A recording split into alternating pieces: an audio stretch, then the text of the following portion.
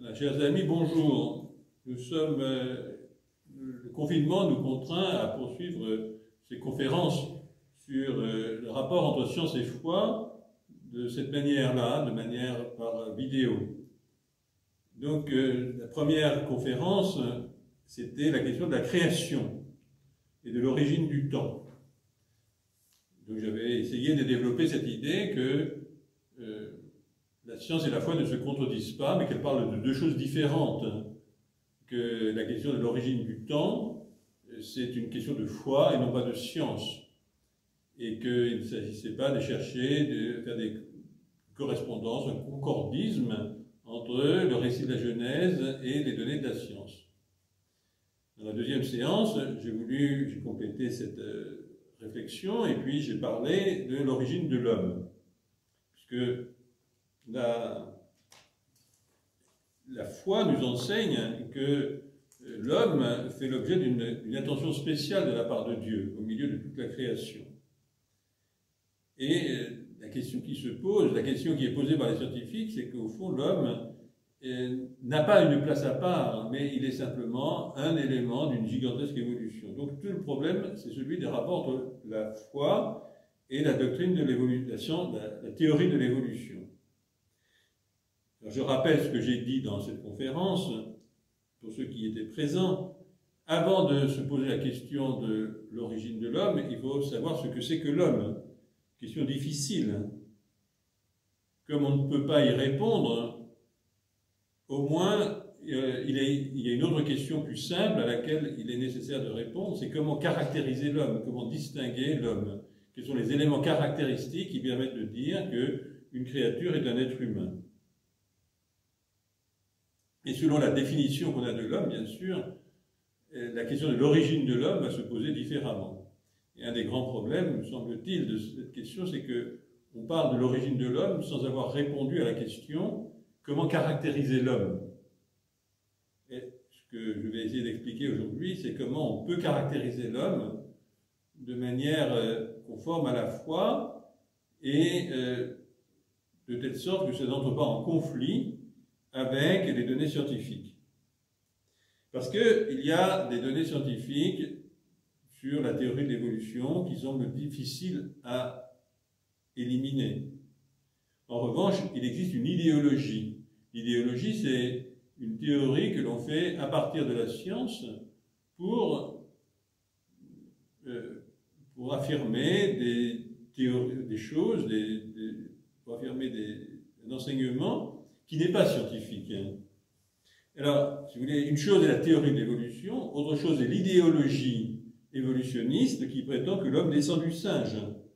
C'est-à-dire que l'homme n'est rien d'autre qu'un singe amélioré, ou qu'un primate, si vous voulez, parce que les singes les scientifiques distinguent la branche des singes et la branche de ce qu'ils appellent les hominidés. Bon.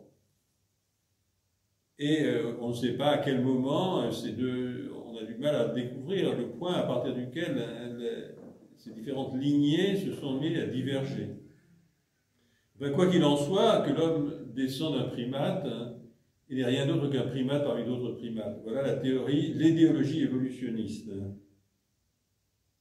C'est sous la manière moderne de développer le thème matérialiste, selon lequel le cerveau secrète la pensée comme le foie secrète la bile. Alors, il y a des biologistes qui estiment que la conscience, la pensée, la liberté, tout cela, c'est des réalités qui sont produites par le cerveau. Alors, bien sûr que ça a sa base dans le cerveau, mais ce que nous pensons, c'est que c'est d'un autre ordre que le cerveau. Alors, le cerveau, c'est le lieu où s'enracinent ces réalités spirituelles. Mais mais les réalités spirituelles sont d'un autre ordre. Alors ça, il y a des savants qui ont beaucoup de mal à le comprendre.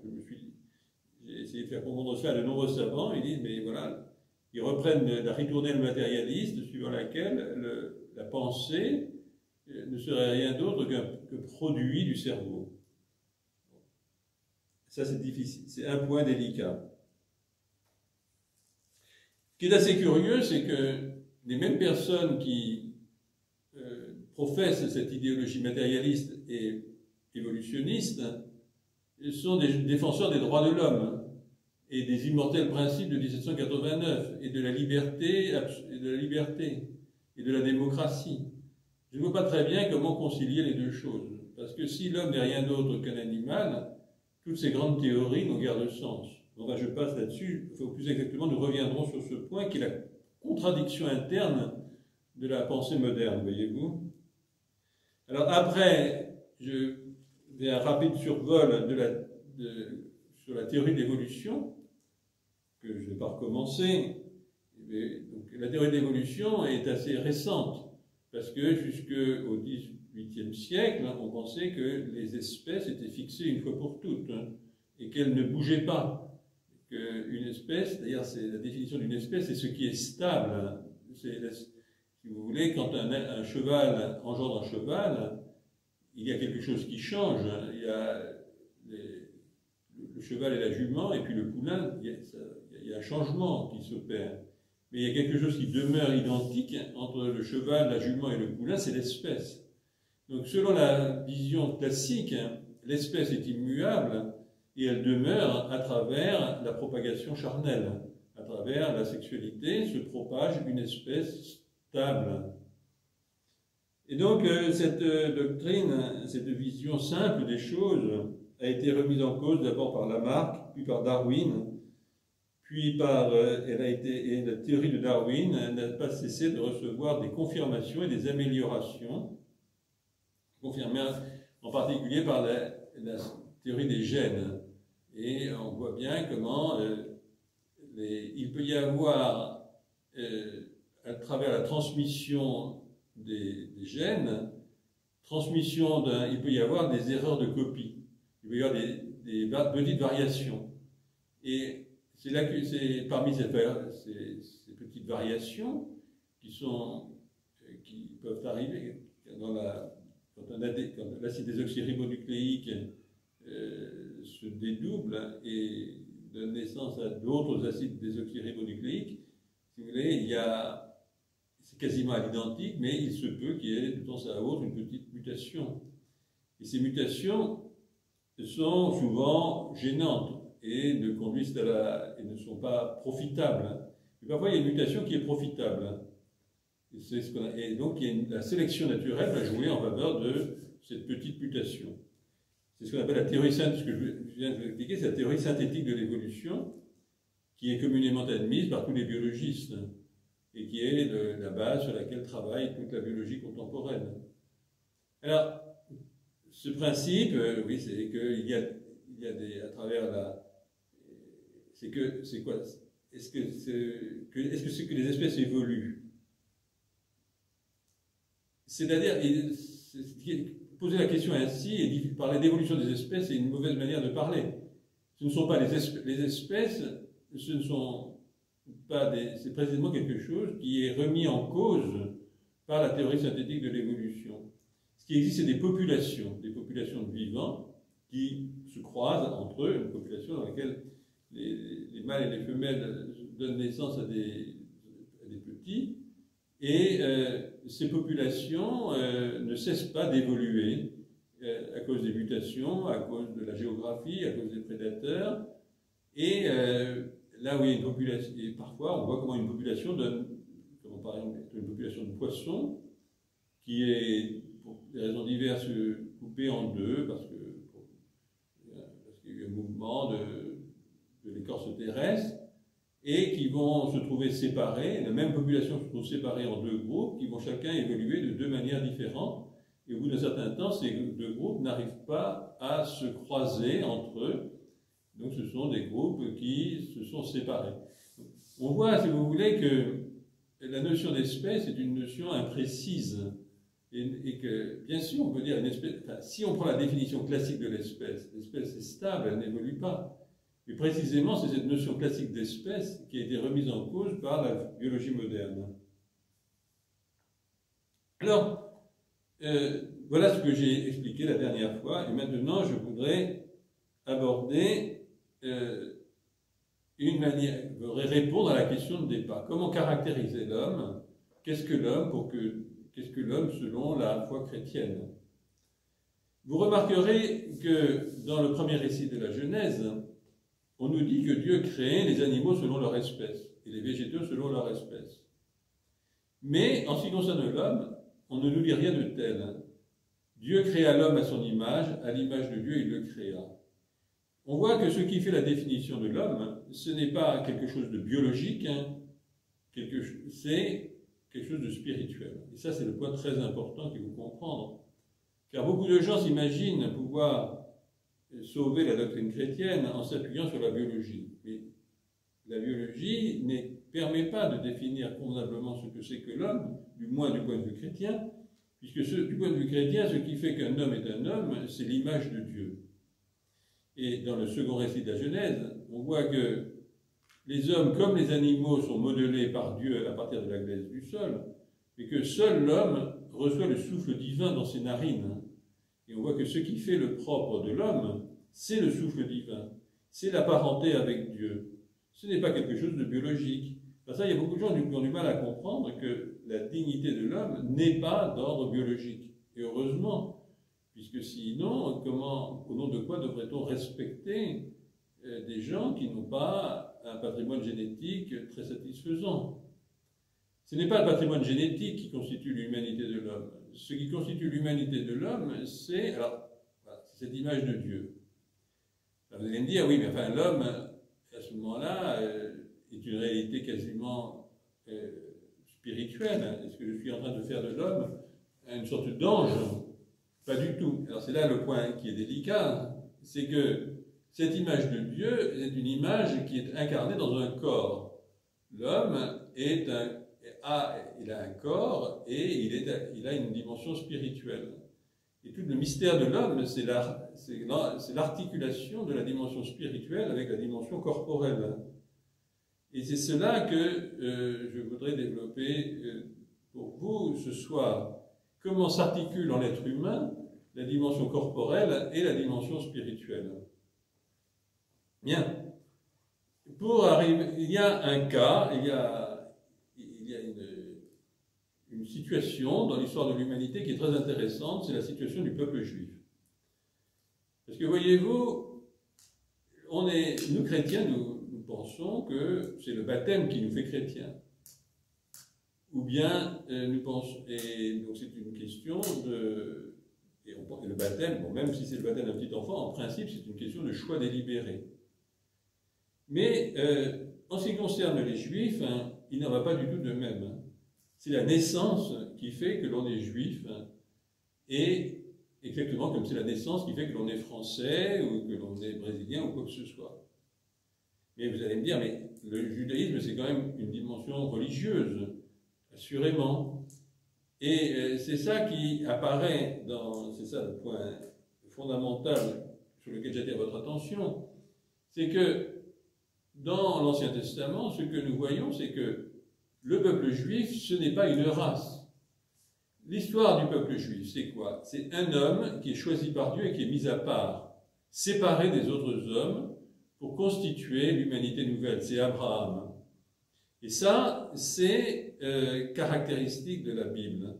Et ça nous montre que ce qui fait l'identité juive, c'est quelque chose de très mystérieux. C'est à la fois quelque chose de spirituel, c'est-à-dire le choix de Dieu, Dieu qui choisit Abraham, et en même temps, c'est une réalité charnelle, puisque on est juif par la naissance. Comme vous le savez, il suffit pour être juif d'être né d'une mère juive. Et d'ailleurs, c'est le principe qui organise le retour en Israël.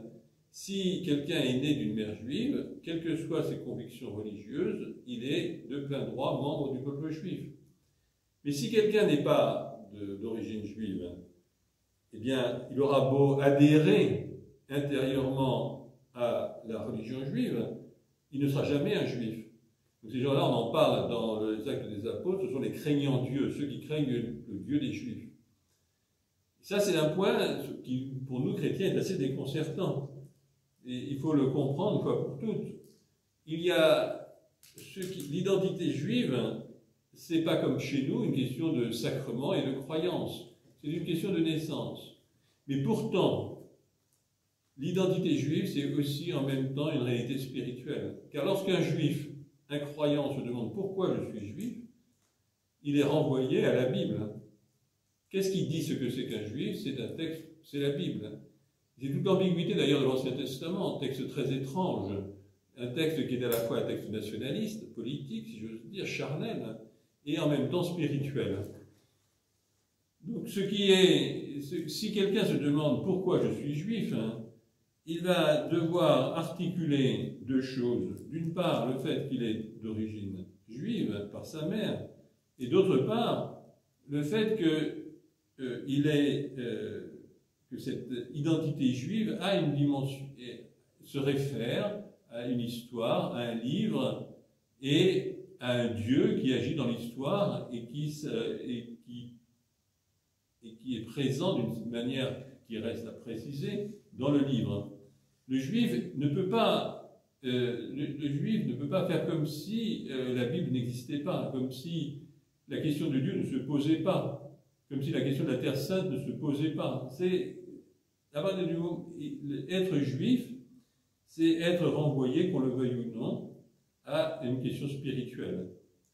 Alors que, voyez-vous, quand on dit je suis français, on n'est pas renvoyé à une question spirituelle, encore que on s'aperçoit maintenant qu'il y a un problème de l'identité française qui se pose et que nous ne sommes pas capables de traiter. Tandis que, du moins avec la force avec laquelle cette question est traitée par les Juifs. Alors ça, c'est très caractéristique du peuple juif. C'est que l'Ancien Testament nous montre que Dieu choisit des hommes et leur descendance. Dieu choisit Abraham et sa descendance. Il choisit David et sa descendance. Dans le texte, je ne vais pas vous lire les textes très beaux qui développent cette doctrine. L'idée est que Dieu fait alliance avec un homme, une tribu, une communauté, et cette alliance concerne les enfants, concerne la descendance. Donc l'alliance, c'est quoi? C'est une réalité spirituelle. Dieu fait alliance avec Abraham, c'est une réalité spirituelle. Mais en faisant alliance avec Abraham, il fait alliance avec la descendance d'Abraham. Et donc, il s'agit en l'occurrence de Isaac, et puis Jacob, et puis ses frères, et Jacob et ses enfants. Donc Dieu fait alliance avec une famille, et puis on va le voir aussi avec Noé, c'est pareil, Dieu fait alliance avec Noé et sa famille. Et donc, la famille est impliquée dans cette réalité d'alliance. Et par conséquent, la sexualité humaine par laquelle se transmet la vie humaine est impliquée dans cette question d'alliance. D'où cette intuition que je voudrais développer devant vous, c'est que de même que le peuple juif est une communauté spirituelle qui se propage de façon charnelle, c'est ce que j'ai essayé de vous expliquer, tout l'Ancien Testament nous le montre, communauté spirituelle qui dépend d'un choix de Dieu, d'une alliance que Dieu passe librement avec les hommes, et une réalité, mais qui cette alliance va être transmise de génération en génération de façon charnelle. Et là, c'est une intuition, et cette vision, cette définition du peuple juif, il me semble qu'elle peut s'appliquer assez facilement à la question de l'homme. D'abord, la Bible nous oriente dans cette direction. Comme je vous l'ai dit, l'histoire de Noé, enfin, l'humanité nouvelle en Noé, c'est Noé et sa famille et sa descendance. Dieu fait alliance avec Noé, sa famille et sa descendance, vous êtes bien d'accord. Et comme il y a des rapports, comme on peut voir, entre l'histoire de Noé et l'histoire d'Adam, et de la création de l'homme, il y a des liens très forts, on voit que c'est une nouvelle création. On voit que l'humanité créée en Adam, c'est quoi? C'est Dieu qui fait alliance avec une réalité humaine, avec des êtres, et cette alliance va être transmise par génération charnelle. Alors voilà un peu ce que je crois qui pourrait caractériser l'homme. L'homme est cette réalité qui est choisie par Dieu, et donc qui est porteuse d'une dimension spirituelle et qui va transmettre ce choix de Dieu de génération en génération. Ce qui caractérise l'homme, c'est une réalité assez complexe, c'est une dimension spirituelle et une dimension corporelle, très très liées, inséparables, intriquées l'un dans l'autre. Transmission à tel point que la réalité spirituelle se transmet à travers la génération charnelle. Ça ne veut pas dire que l'âme immortelle va passer de génération en génération, c'est pas ça que je veux dire. Et ça veut dire que la vocation de l'homme à avoir, ça veut dire que dans la génération charnelle, il y a une alliance. Alors qu'après, la dimension je ne vais pas m'étendre longuement, enfin, vous savez que l'Église a dit que Dieu crée l'âme immortelle de l'homme sans intermédiaire, ça veut dire la création immédiate. On ne se prononce pas pour savoir si l'âme est créée au moment de la conception ou un peu plus tard. Mais là n'est pas la question. Dès le premier instant de la conception, il y a vocation de l'être humain à entrer dans une alliance avec Dieu. Alliance qui va pouvoir se concrétiser par cette fameuse infusion. Enfin, le mot est un peu étrange, mais ça demanderait beaucoup de développement. Par cette dimension de l'âme qui se développe, cette âme spirituelle, immortelle, morale, conscience de soi, qui apparaît et qui émerge, qui apparaît qui émerge dans ce petit être humain. Mais, voyez-vous, ce qu'il faut regarder, ce n'est pas ce qu'il y a de spirituel dans l'embryon, dans le fœtus, mais il faut regarder la relation de Dieu avec cet embryon humain et ce fœtus humain. C'est ça qui est le point. C'est cette relation-là qui va caractériser l'homme. Donc je crois que, d'un point de vue chrétien, il faut bien insister sur le fait que ce qui fait l'humanité de l'homme, c'est un acte de Dieu qui choisit d'entrer dans une relation privilégiée avec l'être humain. C'est ça qui constitue l'humanité de l'homme. Et donc ce qui est, et c'est ça qui, dans le dialogue avec la science, va être important. Parce que les scientifiques, ils aiment bien dire l'homme a commencé à telle ou telle époque, il a commencé avec les outils, avec le feu, avec le vêtement, avec la sépulture. Qu'en savent-ils? Pourquoi? C'est eux qui décident que l'homme va commencer à tel ou tel moment. Alors, il y en a qui ont conscience que ça ne veut rien dire du tout, ils disent qu'il y a une émergence progressive de l'humanité de l'homme. Et ça, on tombe en plein... En disant cela, on n'a pas expliqué ce que c'est que l'humanité de l'homme. Donc, ce que je crois, c'est que nous, chrétiens, nous devons dire il y a un abîme entre l'homme et l'animal. Il y a une séparation. L'homme est séparé du monde animal par le choix de Dieu. Voilà. Et non pas par la biologie. Parce qu'entre le premier homme et ses parents, biologiquement, il n'y avait aucune différence, très très peu. Donc il ne faut pas s'imaginer que l'humanité de l'homme se définit par des considérations biologiques. Alors, après, ce que Dieu ma conviction, c'est que Dieu a fait alliance avec une famille qui n'était pas encore des hommes, mais que Dieu a arraché au monde animal pour constituer l'humanité. Alors, il y a des gens qui se choquaient parce que je parle d'une famille au lieu de parler d'un couple.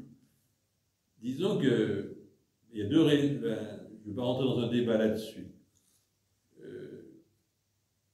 Il y a, du point de vue, il y a beaucoup de raisons il y a le point de vue de la science et le point de vue de la foi. Du point de vue scientifique, l'idée d'un couple isolé semble quelque chose de totalement surréaliste. Il n'y a pas de couple isolé dans aucune société animale que nous connaissons. Les couples sont toujours insérés dans un groupe plus vaste. Premier point. Et on a du mal à s'imaginer un couple comme cela qui serait aux origines de l'humanité. Enfin, mais admettons, pourquoi pas? Ça pose un autre problème. Et c'est un problème classique, c'est que si on a un couple à l'origine de l'humanité, alors comment éviter l'inceste primitif? Bon, ça sont des problèmes secondaires. Selon votre sensibilité, ben, vous pouvez dire qu'il y a eu forcément un couple, mais pour ma part, j'ai beaucoup de mal à concevoir l'humanité primitive comme une communauté, si vous voulez. Pourquoi? Parce que ce don de la vie surnaturelle, enfin de la vie spirituelle et surnaturelle, ce don qui est fait à l'humanité, j'ai envie de le comparer à la Pentecôte. La Pentecôte, il y a des gens qui sont rassemblés au Cénacle, et l'Esprit de Dieu descend sur eux et les transforme, fait une communauté nouvelle. Bien, j'ai l'impression que l'action de Dieu aux origines de l'humanité, c'est quelque chose d'analogue. C'est Dieu qui choisit un groupe et qui décide de se communiquer à ce groupe sous cette forme pour former l'humanité. Alors voilà comment j'essaye de résoudre le problème et le point à retenir au terme de cette conférence sur l'origine de l'homme. Le point à retenir, c'est le suivant. L'homme ne se laisse pas caractériser comme une espèce. Et vous vous souvenez de tous les arguments que j'ai donnés. D'abord, la notion d'espèce est floue. Et d'autre part, ce qui fait l'humanité de l'homme, ce n'est pas la biologie. L'espèce est une réalité biologique, mais c'est une réalité spirituelle. Donc il faut caractériser l'homme par cette dimension spirituelle, la conscience de soi, la liberté, la capacité de connaître Dieu, enfin, toutes ces réalités spirituelles-là. L'homme étant caractérisé comme communauté spirituelle,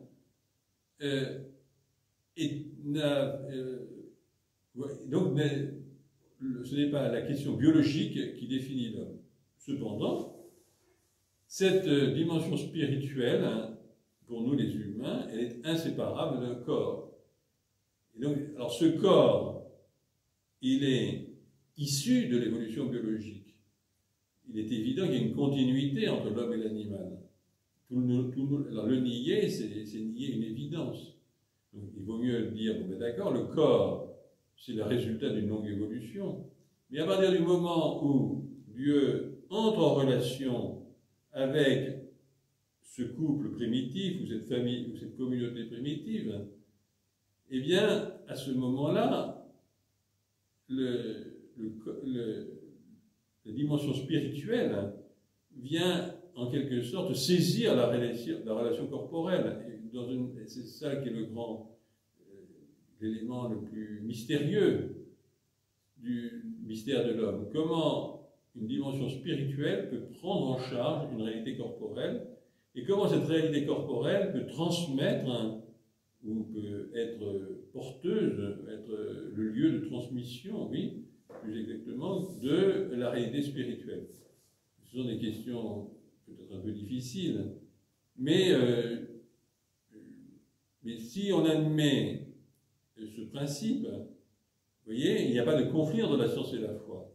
Moi, j'admets tout à fait que le corps humain soit le résultat d'une évolution biologique, mais je dis que l'homme ne se réduit pas à son corps, et que le corps, c'est le support d'une réalité qu'on appelle l'âme. Donc, moi, j'ai essayé de vous décrire en termes relationnels, c'est le support d'une relation privilégiée avec Dieu. Et donc, cette relation, j'ai beaucoup de... Alors, vous allez me dire, mais pourquoi ne pas regarder l'ancienne terminologie? Ça serait trop long. Mais je vois beaucoup d'intérêt à tout ce que je vous raconte. D'abord, par rapport aux problèmes moraux que nous évoquerons à la fin de l'année, les problèmes de bioéthique, c'est clair de manière nouvelle à partir du moment où on a cette vision de l'homme. Et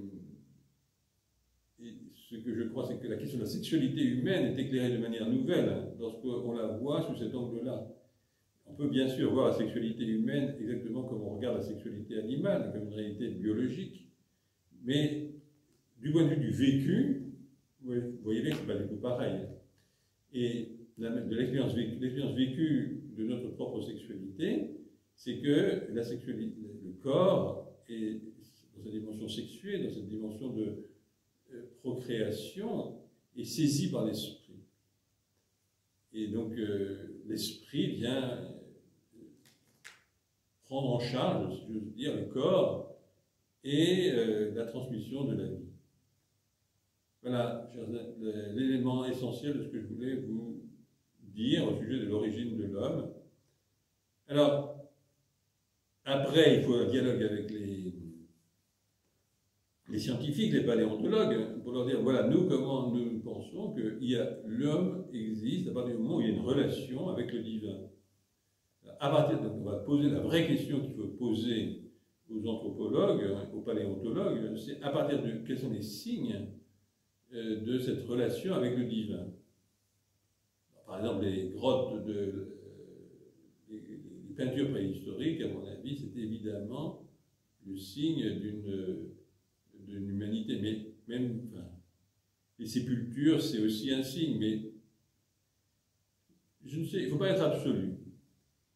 Nous ne savons pas exactement à quel moment s'est opérée cette relation entre l'homme et Dieu. Et alors, les savants aiment bien mettre les savants, s'il y avait un savant parmi nous, il dirait oui, mais moi je ne vois nulle part une sorte de césure entre ces fameux primates qui ne sont pas des hommes et les hommes. Je ne vois qu'une continuité. À quoi on pourrait lui répondre que ce n'est pas étonnant du fait du péché originel, dont je parlerai la prochaine fois. On peut aussi lui faire, on peut lui faire remarquer que l'absence de preuve n'est pas preuve de l'absence. C'est pas parce qu'on n'a pas de signe, l'absence de signe de l'origine de l'humanité n'est pas signe, le signe n'est pas signe du fait qu'il n'y a pas une origine.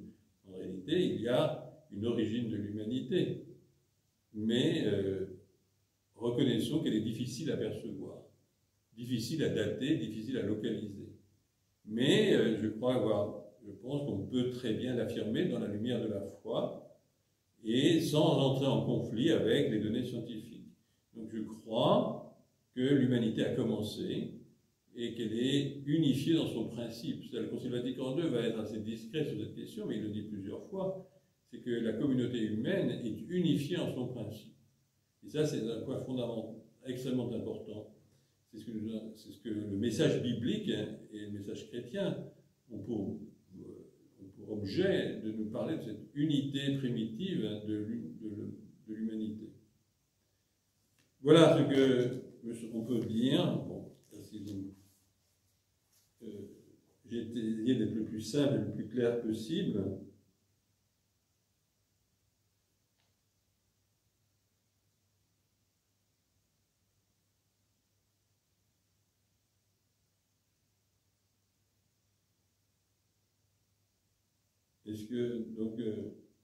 Je voudrais terminer cet petit entretien en citant quelques passages du psaume 8 qui expriment de façon étonnante la grandeur de l'homme au sein du monde créé. La lune et les étoiles que tu fixas, qu'est-ce que l'homme pour que tu penses à lui, le fils d'Adam, que tu en prennes souci? Et dans un premier temps, l'homme se sent réduit à rien devant l'immensité de l'univers. Mais le psaume découle la grandeur de l'homme dans le pouvoir qui est donné à cet homme, pouvoir donné sur toute chose. À peine le fis-tu moindre qu'un Dieu, le couronnant de gloire et d'honneur, tu l'établis sur l'œuvre de tes mains. Et en particulier, le signe de la grandeur de l'homme et sa domination sur les animaux. L'homme est mis à part, et dans cette mise à part, il reçoit le pouvoir de gouverner le monde animal et de gouverner la terre. Tu mets toutes choses à ses pieds, brebis et bœufs tous ensemble, et même les bêtes sauvages, oiseaux du ciel et poissons de la mer, parcourant les sentiers des eaux. Le propre de l'homme est de pouvoir gouverner les animaux. Et donc ça pose un problème, je ne peux pas m'étendre, mais un problème auquel nous sommes devenus sensibles, c'est le rapport entre l'homme et l'animal. Est-ce que l'homme, vous voyez la clé, la perspective que j'ouvre, c'est que il ne s'agit pas de dire que l'homme peut dominer les animaux pour en faire n'importe quoi, mais il ne s'agit pas non plus de dire que l'homme est un animal comme les autres, il s'agit de dire que l'homme a une charge de gouverner les animaux et le reste de la création, non pas pour ravager, pour exploiter la terre, pour manifester la cruauté envers les animaux, mais de façon plus subtile pour gouverner, comme le propre d'un bon gouvernement, pour le bien de la terre et pour le bien des animaux. Donc les amis des animaux ne sont pas, peuvent pas se plaindre. Quand je dis que l'homme est à part des animaux, c'est pas pour contre les animaux, c'est pas pour mépriser les animaux, mais c'est peut-être au contraire quelque chose qui permet, qui est le bien de l'animal. C'est-à-dire que l'homme peut veiller sur les animaux, en prendre soin. Donc, dire que l'homme est séparé du monde animal, dire que l'homme ne peut pas se réduire à l'animal, dire que l'homme a reçu domination sur le monde animal, ce n'est pas un mépris des animaux, mais c'est au contraire ce qui permet à l'animal d'être pleinement lui-même. Voilà, j'ai terminé cet enseignement et la prochaine fois, nous pourrons aborder la question du péché originel. Et vous verrez que la vision de l'homme que je vous ai proposée permet quand même d'éclairer ce mystère qui heurte tellement la raison. Au nom du Père et du Fils et du Saint-Esprit. Amen.